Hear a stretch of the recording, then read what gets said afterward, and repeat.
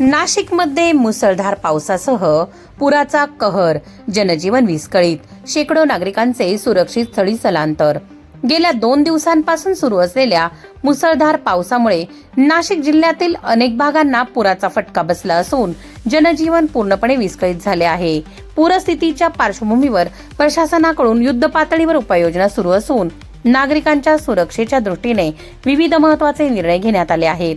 पंचवटी परिसरातील घाटावर पुराचे पाणी वाढल्याने गोदावरी नदीची सकाळची महाआरती नेहमीच्या ठिकाणी न करता सुरक्षित उंच भागातून पार पडली। पुराच्या पाण्यामुळे पंचवटी परिसरातील पिंडदान विधी आणि इतर धार्मिक कार्यक्रमांवर देखील मोठा परिणाम झाला आहे। दरम्यान गेल्या 48 तासांपासून नाशिकचे जिल्हा प्रशासन आणि पोलीस दल परिस्थितीवर बारकाईने लक्ष ठेवून असून विविध ठिकाणी आवश्यक मनुष्यबळ तैनात करण्यात आले आहे।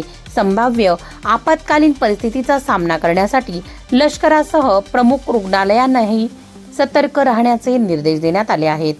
गोदावरी नदीच्या किनारी राहणाऱ्या नागरिकांसह त्र्यंबकेश्वर आणि इगतपुरी परिसरातील पूरग्रस्त भागातील शेकडो नागरिकांना प्रशासनाकडून सुरक्षित स्थळी हलवण्यात आले आहे। पूरस्थिती लक्षात घेता नागरिकांनी नदीकाठच्या परिसरात जाऊ नये, अफवांवर विश्वास ठेवू नये आणि प्रशासनाच्या सूचनांचे काटेकोरपणे पालन करावे असे आवाहन प्रशासनाकडून करण्यात आले आहे। शौर्य रणरागिणी न्यूजसाठी ब्युरो रिपोर्ट, नाशिक।